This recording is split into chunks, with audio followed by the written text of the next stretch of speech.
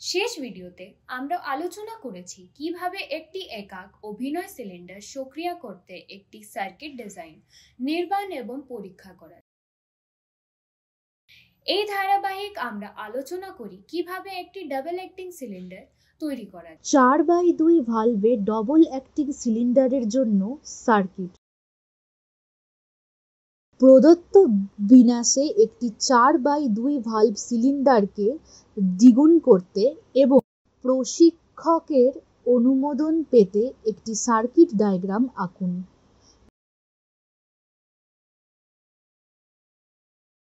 সিলিন্ডারকে সক্রিয় করতে এবং সার্কিটের বিভিন্ন পয়েন্টে চাপ নিরীক্ষণ করার জন্য উপাদানগুলি অন্তর্ভুক্ত করুন।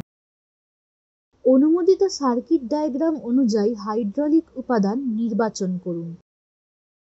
প্রশিক্ষক কিটের উপাদানগুলি মাউন্ট করুন এবং সংযুক্ত করুন। চালু হাইড্রোলিক পাম্প সুইচ করার আগে আপনার প্রশিক্ষকের অনুমোদন জলবাহী পাম্প চালু করুন। কোনো ফুটো জন্য সার্কিট পরিদর্শন করুন। সংযোগকারী এবং পাইপ পুনরায় শক্ত করে যে কোনো ফুটো। সংযোগকারী এবং পাইপ শক্ত করার সময় হাইড্রোলিক ট্যাবুলেশনে ভালভের অবস্থান এবং সিলিন্ডারের অবস্থান নোট করুন। দিক নিয়ন্ত্রণ ভালভ সক্রিয় করুন এবং ভালভ এবং সিলিন্ডারের নতুন অবস্থান নোট করুন। জলবাহী পাম্প বন্ধ রাখুন। ভালভ এবং অন্যান্য উপাদান সংযোগ বিচ্ছিন্ন করুন এবং এটি নিজ নিজ জায়গায় রাখুন। 4/3 ভালভের মধ্যে ডবল অ্যাক্টিং সিলিন্ডারের জন্য সার্কিট। 4/3 দিক নির্দেশক নিয়ন্ত্রণ ভালভ ব্যবহার করে একটি ডবল অ্যাক্টিং সিলিন্ডার সক্রিয় করতে একটি সার্কিট ডিজাইন, নির্মাণ এবং পরীক্ষা করুন। প্রদত্ত বিন্যাসে 4/3 ভালভ সিলিন্ডারকে দ্বিগুণ করতে, সিলিন্ডারকে সক্রিয় করতে এবং সার্কিটের বিভিন্ন পয়েন্টে চাপ নিরীক্ষণ করা। অনুমোদিত সার্কিট ডায়াগ্রাম অনুযায়ী হাইড্রোলিক উপাদান নির্বাচন করুন। প্রশিক্ষক কিটের উপাদানগুলি মাউন্ট করুন এবং সংযুক্ত করুন। হাইড্রোলিক পাম্প সুইচ করার আগে আপনার প্রশিক্ষকের অনুমোদন নিন। জলবাহী পাম্প চালু করুন। কোনো ফুটো জন্য সার্কিট পরিদর্শন করুন। সংযোগকারী এবং পাইপ পুনরায় শক্ত করে যে কোনো ফুটো দূর করুন।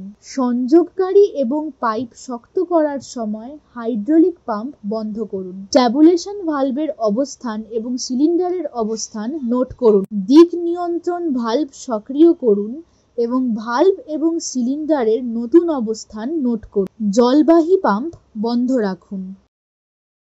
ভালভ এবং অন্যান্য উপাদান সংযোগ বিচ্ছিন্ন করুন এবং এটি নিজ নিজ জায়গায় রাখুন।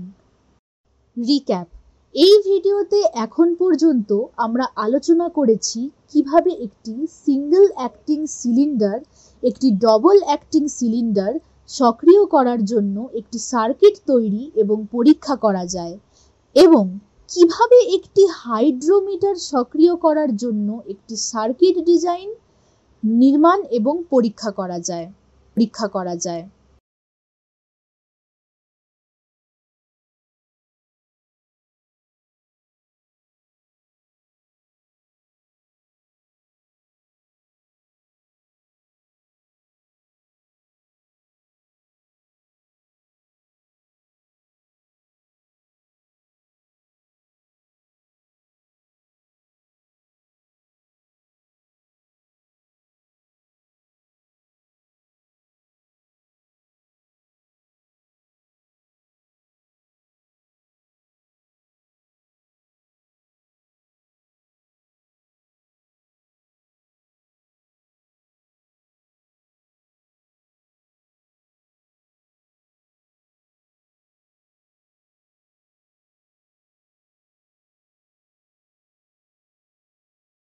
এবং একটি হাইড্রোলিক সক্রিয় করার জন্য একটি সার্কিট ডিজাইন, নির্মাণ এবং পরীক্ষা করা যায়।